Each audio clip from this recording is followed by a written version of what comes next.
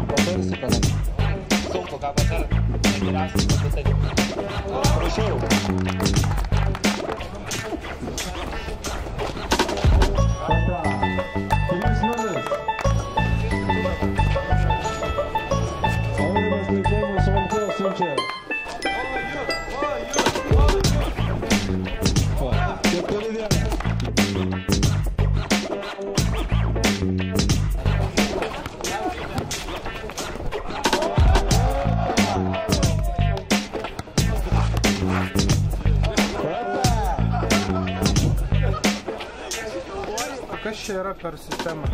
Labai daug visokių grafikų, visokių schemų. O čia man kaip ūkininkui yra naudingas tas dalykas? Iš esmės, ar jūs mėgstat krepšinį? Taip, labai.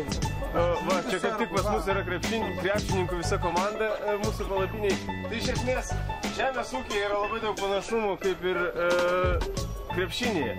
Jūs krepšinio aikštelėje žaidžiate, kažkas fiksuoja jūsų pražangas, kažkas fiksuoja, kiek jūs taškų įmeta 2 ar 3 ar 1. Lygiai taip pat ir žemės ūkyje. Mes turime sistemas, kurios realių laikų, kaip čia pavadinti, įvertina traktoriaus operatoriaus darbą. Ir mes būtent iš šitų skaičių, kur čia yra visa statistinė informacija, jeigu galima pritraukti ją šiek tiek, visa statistinė informacija, kaip traktorius ar tais kombainas dirbo, ir mes šiaipgi galime operatoriui po dienos darbo parašyti pažymį, ar jisai buvo geras krepšininkas, ar jisai buvo prastas krepšininkas ir jam dar reikia kažkur tais patobulėti.